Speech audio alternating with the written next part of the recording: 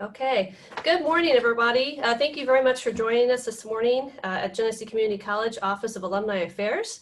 Today we have a very special speaker with us. We have Dr. Craig Lamb.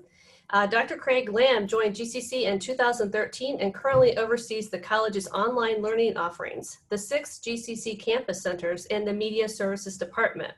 His entire higher education career has been within public colleges and universities, including positions at SUNY Empire State College, the University of Connecticut, and Plattsburgh State University.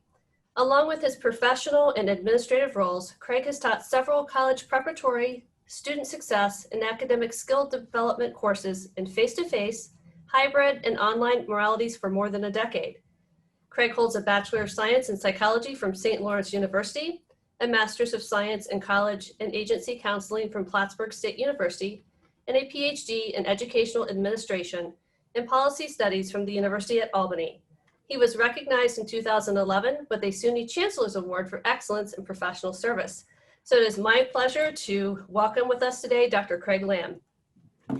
Thank you very much for that outstanding introduction, and I feel a little nervous after hearing that, but thank you very much for welcoming me and introducing me, and I'm very excited to talk about this topic, and I'm very excited for the Q&A that we're going to be having at the end. I thought I would sort of break down today's conversation about COVID and the pandemic and how it's impacted online learning and sort of higher ed in general, technology-based higher ed in general, in a couple of different ways.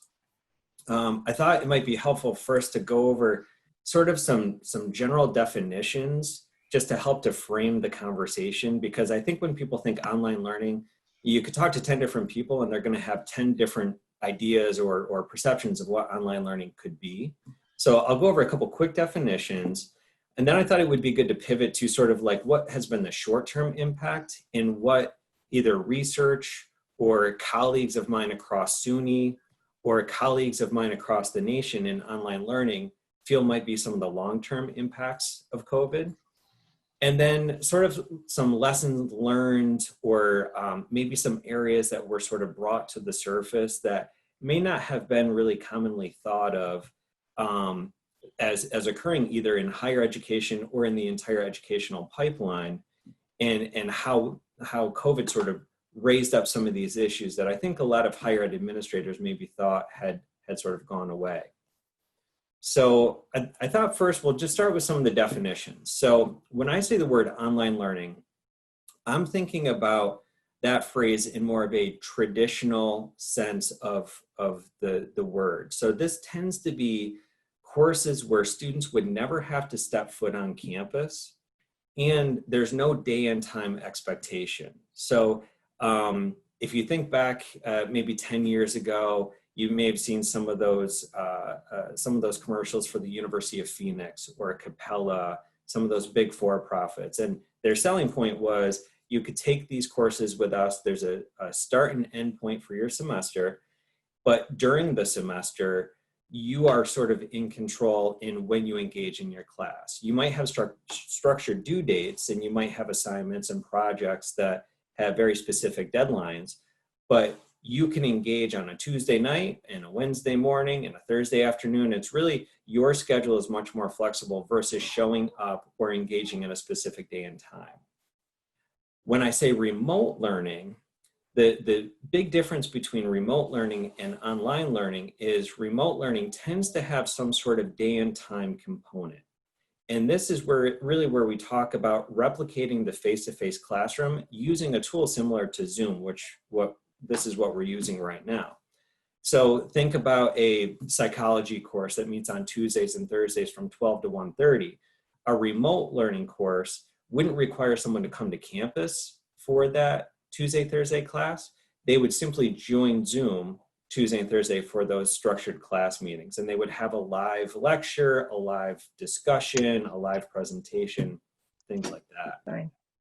And then the third area is hybrid or blended learning. And this definition is slightly different depending on what institution you're part of or maybe what state you live in. But when I use this phrase, it's a combination of in-person and and online or remote. So just to use that example of the psych course on the Tuesday and Thursday, you might come to a physical campus on Tuesday, but then maybe Thursday, you're joining your classmates and your instructor via Zoom. So I thought it would be helpful just to break out those three different definitions as we start talking through it, because COVID has really raised to the surface a lot of dynamics that are very unique to each of those different modalities. So let's move into some of the short-term impacts. And I'll say a lot of the short-term impacts that I'll be talking about have had different impacts depending on where you're located, either in the state, in the country, or the type of institution that you're part of. So a lot of what I'll be talking about is what we've seen sort of in a community college sector that's similar to GCC or across New York State. But if you think about some of the schools in California, Arizona, Georgia, Florida, some of their short-term impacts have been considerably different. Or right around the New York City metro area when COVID first started, their short-term impacts were quite drastic because of the volume of cases that were occurring down there. But a lot of what we saw was an immediate pivot to remote learning, where the classes were suspended, the face-to-face classes were suspended, and the institutions tried to replicate the in-person experience using some sort of technology like this. So the class meeting times, the class meeting days remained the same, and students were asked to join the class just like they would if they had to come to campus, but they were doing it from home, from work, from some other source where they may have had access to technology. A lot of the in-person learning that continued, and it was very minimal, tended to be around areas that were very, very applied in nature. So as you can imagine, if you're a nurse, it's very hard to learn how to place a needle in someone's arm. If you're sitting in front of a computer, if you're a welder, it's very hard to learn that skill by watching videos and practicing. So a lot of what we saw from sort of mid-March, even all the way through the summer, was that the few in-person learning activities that occurred were very, very applied in nature, very hands-on. Someone had to see a skill, demonstrate a skill, and sort of do that in a very self-contained environment. We also saw a lot of curricular changes. So as you can imagine, what we saw at GCC with all of our courses going remote for the summer, that may have changed how students approach completing their courses. So a lot of programs said, instead of taking this course this semester, we want you to take this course this semester, and we'll push that other course to a future semester. We saw a lot of course substitutions. We saw a lot of flexible grading practices. And really it was to make sure that students were still meeting all their program goals, but there was flexibility and latitude there so that a student could keep moving forward toward their educational goals and they wouldn't be put off cycle in some way. And then obviously we saw a lot of displacement of common classroom activities. So if you think about some of the general courses you may have taken as an undergrad, a couple times a semester you would have an exam, the instructor would hand them out. They would essentially serve as a proctor in the room to make sure that students were working on the test and they weren't sharing answers. All those activities had to be sort of refashioned or reconfigured in some way on the fly. What a lot of the GCC instructors did was to actually use products like Zoom to observe students as they took exams.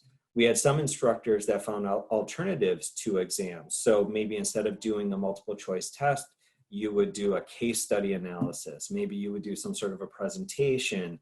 And on the surface, it sounds pretty easy to do those things. But if you think of all the different disciplines that colleges offer, doing a 5-page paper for a psychology course might be somewhat easy versus maybe a math course or a physics course where you can't really do a case study analysis. It's a lot of demonstrating your skills. We also saw the immediate suspension of athletics and student clubs and a lot of those co-curricular activities. And we're now starting to see a lot of alterations and deviations from those activities that I'll talk a little bit more about in the long-term impacts. So if you had seen my slide, you would see when I start talking about long-term impacts, I have a big asterisk next to it, because we being individuals from the online learning environment and online learning directors across SUNY, we are seeing different things play out at different institutions for different reasons. So my asterisk, again, is a little bit more focused on the community college sector, but I will touch upon how it's impacting four-year schools, some of the comprehensive doctoral institutions, and then also the K-12 level as well, because the K-12 pipeline directly feeds into higher ed, and those impacts play into our long-term impacts. So what we're seeing long-term is a much more dedicated focus to remote learning options when possible. If an instructor is much more lecture-based, that course can easily pivot to a remote learning option, because really all you have to do is find the technology to have people communicate with each other live. There's recording options as well with that. So if a student misses a class, they sort of stay on pace with that course, and they're off and running. We're seeing much more asynchronous approaches. So things where students can do things outside of class and then come to class prepared to discuss, to debate, to go through some sort of critical analysis. You may have heard the phrase, the flipped classroom. So maybe a faculty member that was showing a video in class and then having a conversation afterwards, maybe they have that video made available to students before class. They can watch it at their convenience, but they're told, hey, when we come and meet live in Zoom, make sure you have watched that video so that we can discuss it and break it down. We're also seeing a significant uptick in what we call updating of course materials. You may have had instructors in your days that would walk in with big stacks of copied articles that may have been copies of copies of copies of copies. A lot of those practices have already been suspended and pivoting more toward digital content. I give a big kudos to our library staff and the libraries across the SUNY system who have pulled off amazing feats in finding a lot of really great digital content so that articles could be emailed to students, articles and course content and book chapters could be posted in our Blackboard learning management system so that we don't have to worry as much about transferring paper and things of that nature. We're also finding that there's been somewhat of or I should say there's an anticipation that there could be a departure of some very, very seasoned faculty who have never taught in any kind of technology infused or enhanced environment. And if you watch any of the news, at least on the western side of the state, you may have seen some articles at the K-12 level saying, depending on how my school district returns in the fall, there might be an early retirement wave of teachers. And some of that is actually playing out in higher ed as well. Some of the lessons learned in sort of what we're anticipating and keeping our eyes on right now is, I think the pandemic really highlighted what we've been calling in the online learning field for the last decade or so, the digital divide. As soon as we pivoted to remote, not only did we hear from students about their lack of technology at home, so maybe they don't have a computer, maybe they don't have reliable internet access, maybe they don't even have a smartphone. And they were very much reliant on one of our 7 campus centers to have access to that equipment or that internet service. We heard that from our students. We also heard that from a lot of our faculty, surprisingly. The GLOW region, as you all know, covers Wyoming County, covers Orleans County, Livingston County, with some very rural areas where even some of our faculty members did not have reliable internet. So going forward, we are very, very aware that the digital divide could be a significant barrier to many of our students. I will say that the institution and SUNY as a system has been doing amazing things to try to secure for example, loaner laptops, so that students, if they need a machine, they would have a machine available to them on a loaned basis. Internet service has been a little bit unique, but the college is working with local partners. We're trying to find ways to make our campus centers available. So maybe a student would attend a campus center to take all of their online courses if they have no other options available to them. The digital divide also became very apparent at the K-12 level in a lot of schools across New York State, in the North Country, and across the nation. So this is something that I think will be a long-term trend that gets brought back to the surface and explored over the long run. We're also seeing that the decisions made at the K-12 level related to the pandemic has a lot of direct impacts on higher ed. GCC is a really good example. We work with hundreds and thousands of non-traditional student learners. They have children in school. Maybe they work full-time in a position that's connected to a local school district. So how that school district makes decisions will have a direct impact on their educational decision-making, not just for the fall, but possibly for the full academic year.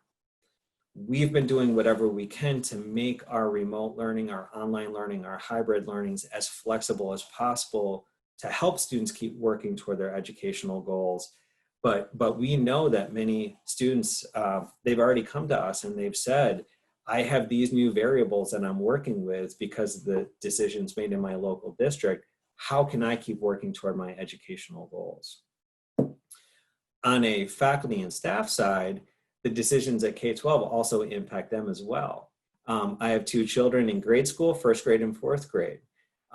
Their local school district is making decisions that will impact my life and my family's life.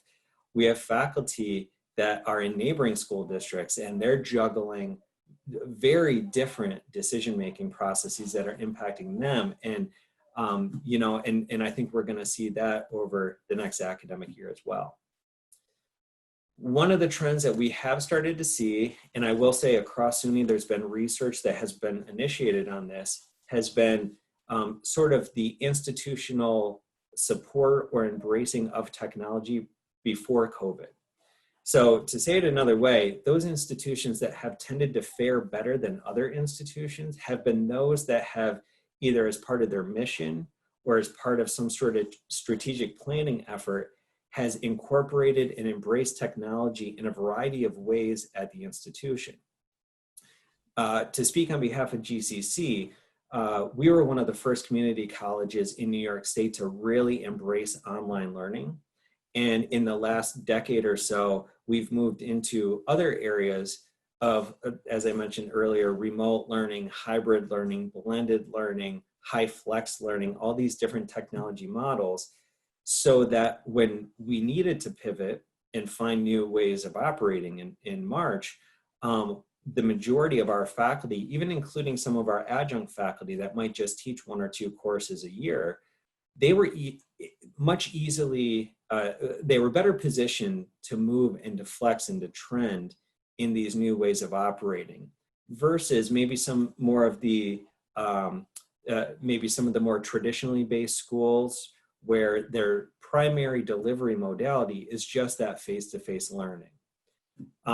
We are, I would say, in sort of that top tier of community colleges across SUNY that navigated these waters much easier, much smoother, because our faculty had been exposed to this, they'd been to training, and we had staff on hand to help them.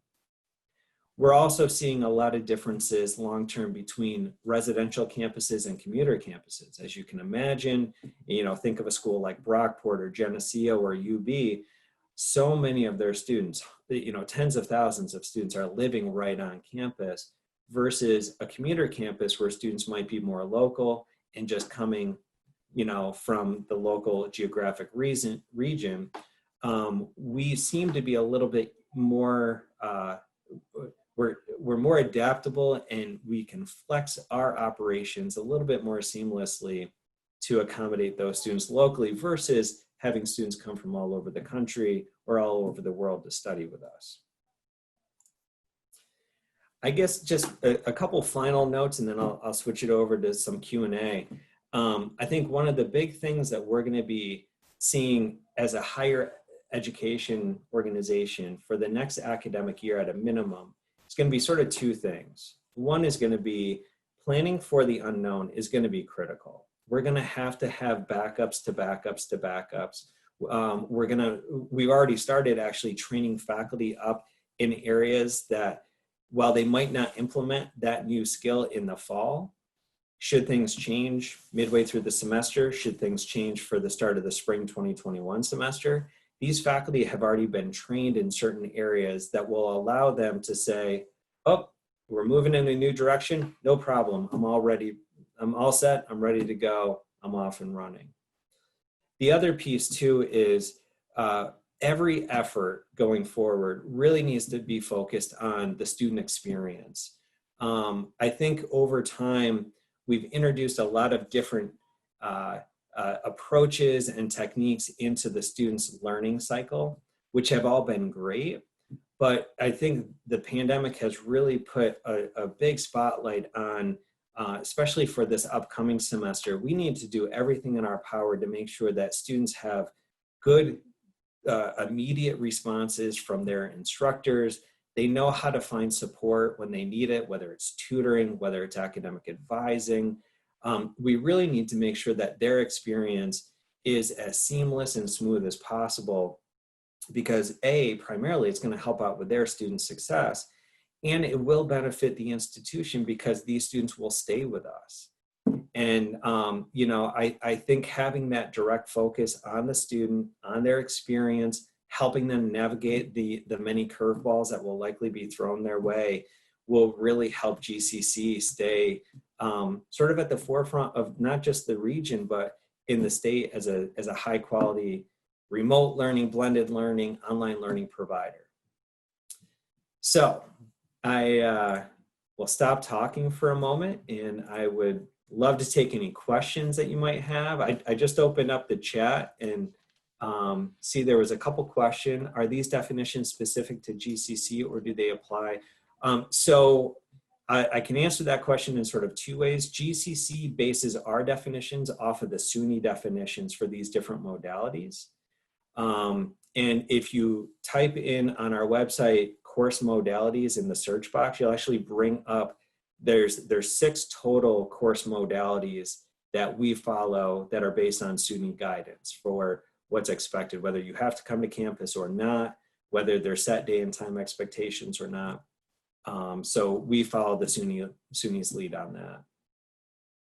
What is GCC doing for students that can handle online with special accommodation needs of class? So very good question. Our Access and Accommodation Office has been working diligently with any student who has a documented disability to figure out what their needs are and how we can support their needs.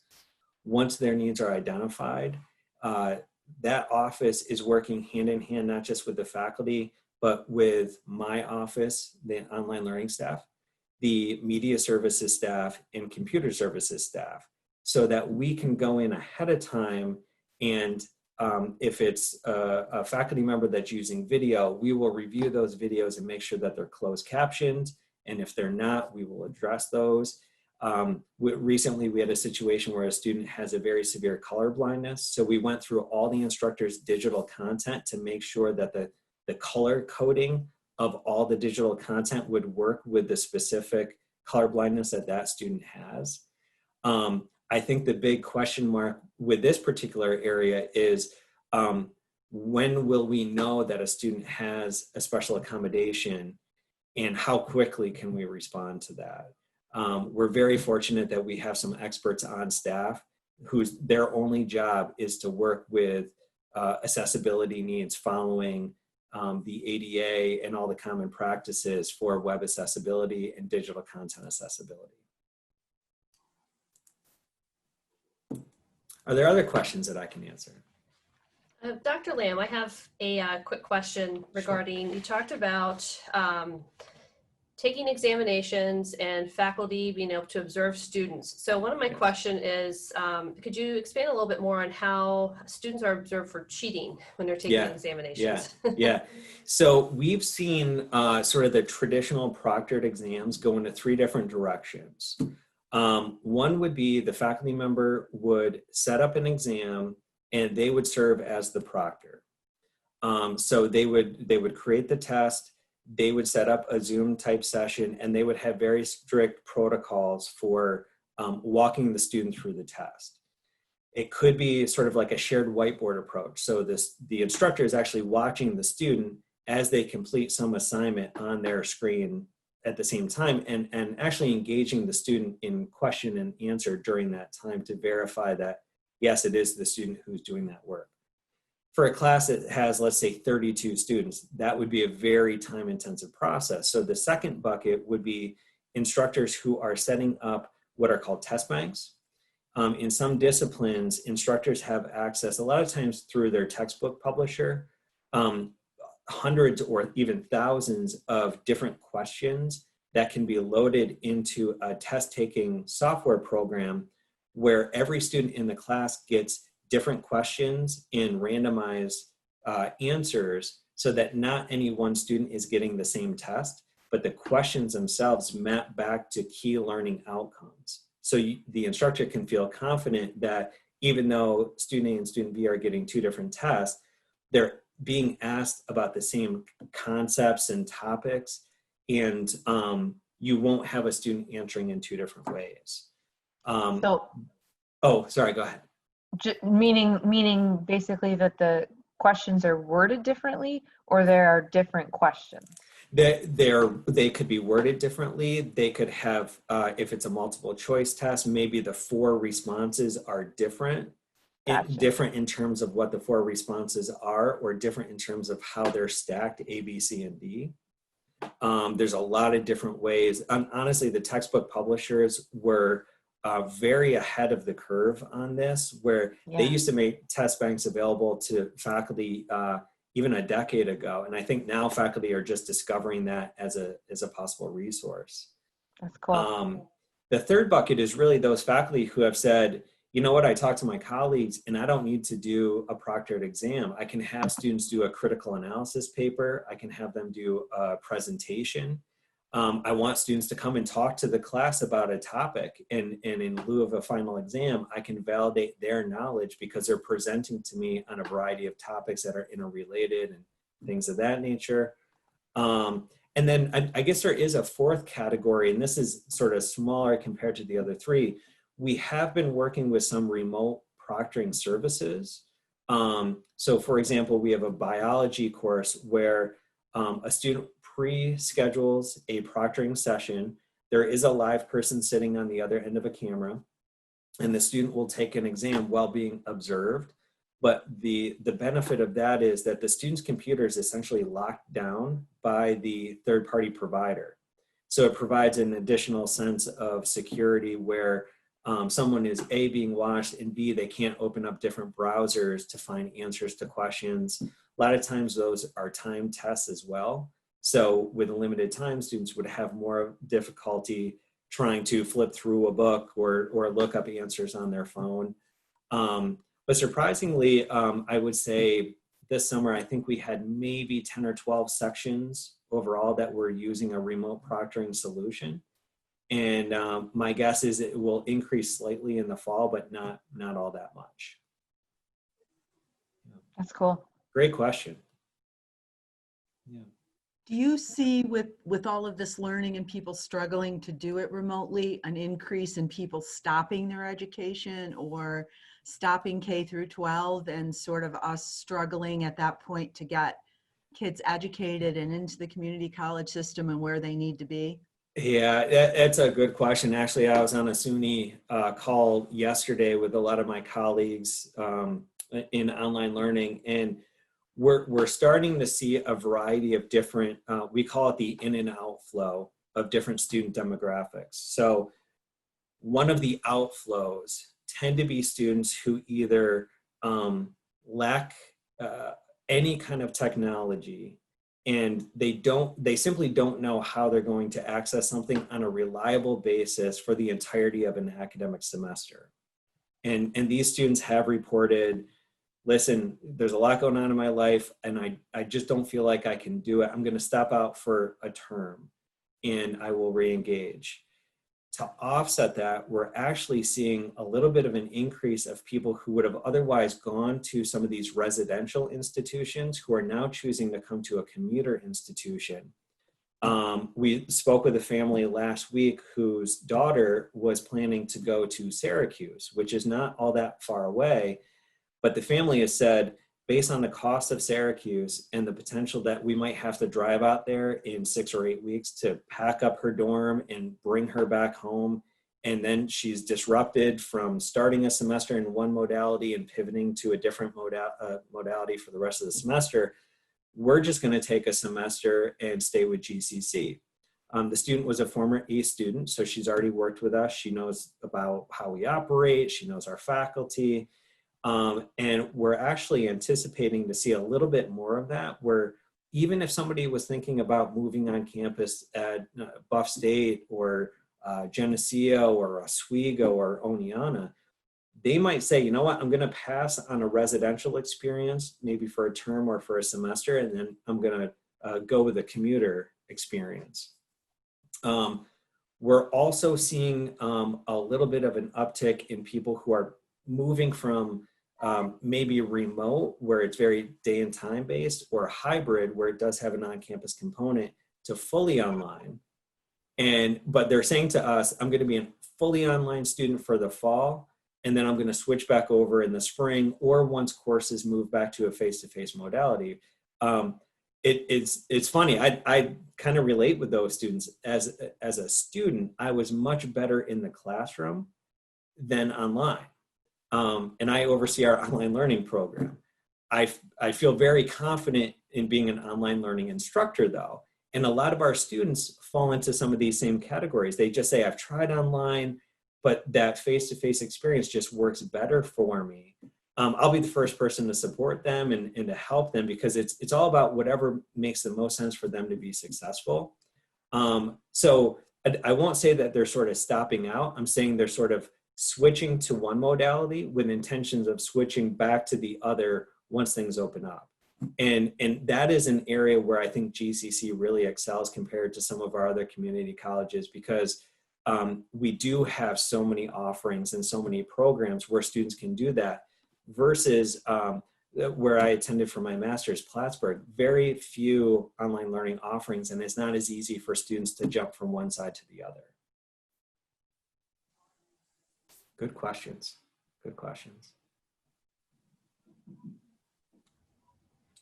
It looks like we had another question from Sharon. The Best Center will be offering the New York State mandated 5-hour pre-licensing class via Zoom. Is it realistic to expect students to keep their camera live for the entire class? Another portion of this question is quizzes are not currently given at the in-person classes, but should that be considered for a Zoom class to see if they were paying attention?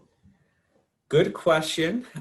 So the way that our faculty tend to approach, let's say a faculty member says that they have some sort of assessment that requires a live feed, they put those expectations out to students right at the point when the student's enrolling, so that the student understands what their expectations are as being a member of the class. Where we tend to run into some issues is if something is already underway and then the instructor says, oh, I need you to do this. And for a variety of reasons, students might have difficulty with that.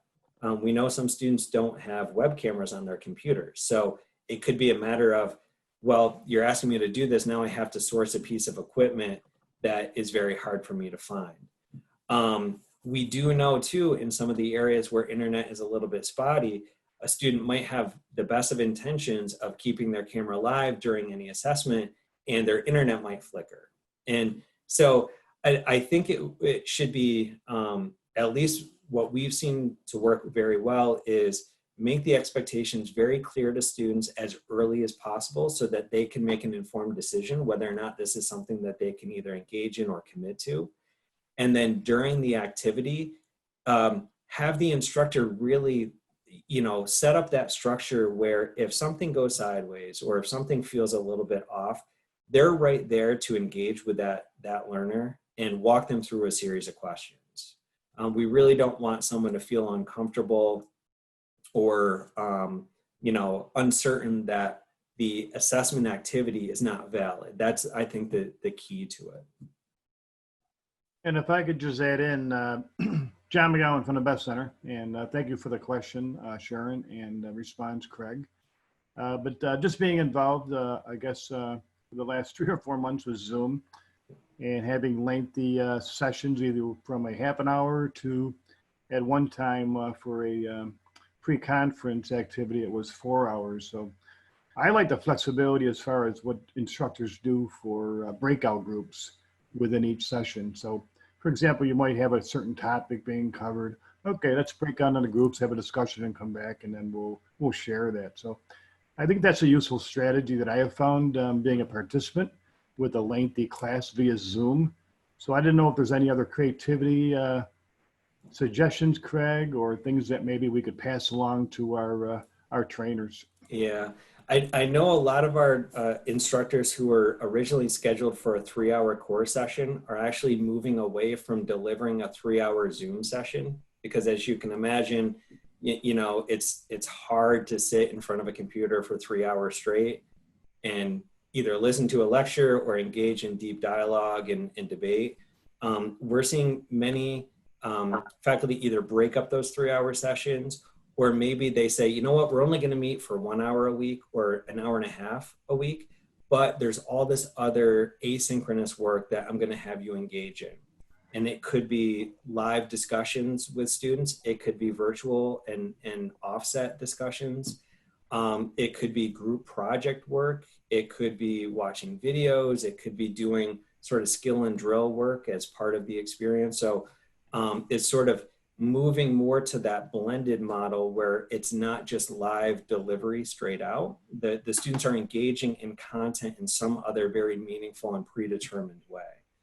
The key with that, though, is it can't be something that's just thrown together. It really has to be very clearly thought out. The Online Learning Office works very closely with faculty who think they want to do this to essentially storyboard out what their full semester is going to look like, so that students are engaging in meaningful activities when they're not there for those Zoom sessions. Yeah, I think especially like with some classes, like the 5-hour, that's going to be new to us, and we've got a couple sessions already scheduled. But fortunately, both our pre-licensing teachers in the field of teaching. So Great. I think just having that as an advantage helps us greatly. Yeah. Just to kind of lean on their expertise. So. Yeah, absolutely. And Amy, I saw your question about the bookstore being open to get books. Our bookstore and I think all the bookstores across SUNY have actually moved to a remote book distribution process. So it's so efficient that students can buy everything that they need online, and a box shows up at their house a few days later with everything that they might need. And if they need to get something back to the bookstore, so maybe they drop a class and they add something else, the bookstore is providing pre-purchased labels and things of that nature. They've moved into a book rental option as well, and they're shipping the rented book to students with a prepaid label to ship it back at the end of the semester. It's been so far pretty smooth. Our library has actually moved to a somewhat similar process, but for them, because as you can imagine, the volume would be very costly. They've been working very diligently to secure digital versions of books and articles and things of that nature. And a lot of that is working with, basically corresponding through email. So they've been pretty good with that.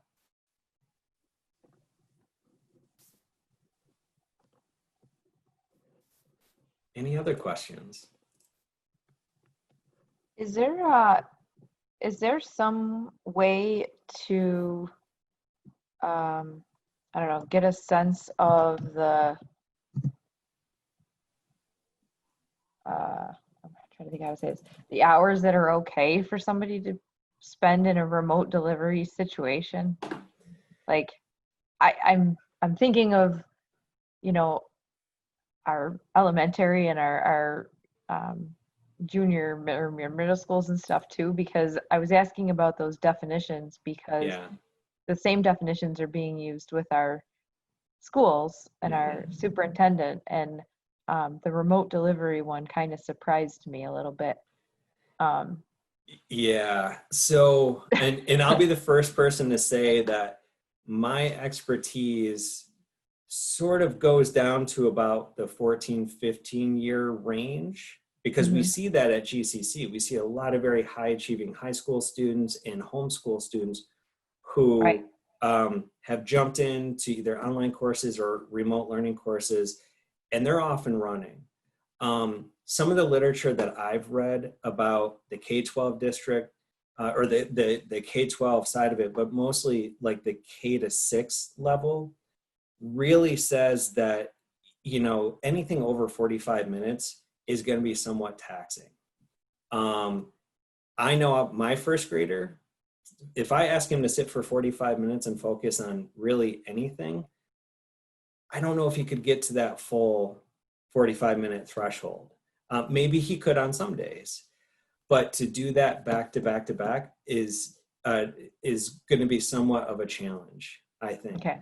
Where, you know, maybe like a sort of a flip-flop approach, that's sort of the very scientific phrase that seems to be coming out in some of the literature, where you have a live session, whether it's a small group session with the instructor or maybe one-on-one, and then there's some sort of facilitated break. And during that break, the student is asked to do something, you know, maybe it's something that relates to one of the special learning activities. So maybe it's a music project, an art project, maybe it's facilitated by a PE instructor. And then maybe they come back for something. And it could be, again, a one-on-one session, a group session, a full class session. So they're sort of moving, you know, they're flipping and flopping in and out of those things, versus just somebody sitting in front of a computer for an extended period of time. Gotcha. We are actually we're not pushing the faculty member in any one direction or another, but we are providing them with a lot of the literature to say, you know, if you're going to be making class recordings, it's better to break them out and chunk them, because it's just based on how people acquire knowledge, how memory works in what they watch, what they listen to. And watching let's say an hour-long lecture could have a bigger impact versus a 3-hour lecture. Right. And then on the flip side of that, take that hour-long lecture and maybe there's 4 clusters of knowledge in that. Well, maybe you break them into 4 different cluster recordings of 10 to 12 minutes each. So it's you know, it's really trying to get them, I think, more aware of different practices. And sometimes it's like, well, yeah, you've been doing that in the classroom for a long time. Let's try it a different way, because here's some literature that says people's attention are going to stay with you longer if you break it up, if you chunk it out, and things like that. So yeah, sense. I think there's going to be, you know, to put on an academic hat, there's going to be 1,000 dissertations in how that K-6 level is going to navigate this academic year and what's to be found to be effective. You know, having people pivot into a new modality for that age range is going to be very, very challenging, very challenging. And it's really an area that hasn't been explored, because in the couple of decades in the past when it's been attempted, we just find that age group is unique in how they learn and how they acquire knowledge and how they engage with new topics and new areas of learning. So yeah, it's going to be a very unique year. I'm curious to see how GCC's non-traditional students that have students at home of, Right. you know, in that era Yeah. can kind of like when the pandemic first began in March and everybody was sent home. Yeah. I mean, we were fortunate that my husband's business burns through laptops like crazy, so we had a couple of laptops running at the same time. Yeah. But you know, you can't have 4 Zoom sessions going on at the same time Right. in the Right. same space. Right. Exactly. You know. Exactly. Yeah. Yeah. Definitely going to be interesting. Yeah, and a lot of what we've heard from students when GCC announced that they were going to go primarily remote for the fall was, and and I'll say that the majority of students did this. We only saw a few students step away, but the majority of students said, all right, I need to just change class times because I don't know what my children's life will look like. So I'm going to sign up for remote courses that start at 4 o'clock and beyond. Or maybe they sign up for a couple of remote courses that are in the evening, and then all the rest of their courses are fully online, asynchronous, where they don't have to worry about the day hours. They could put their kids to bed and do primarily nights or early mornings and weekends and knock off those course credits that way.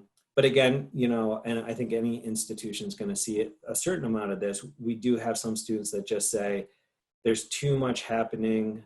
Maybe there was a layoff in the family. Maybe there was some other variable. Maybe they're a caregiver to a parent. Maybe they have other community expectations.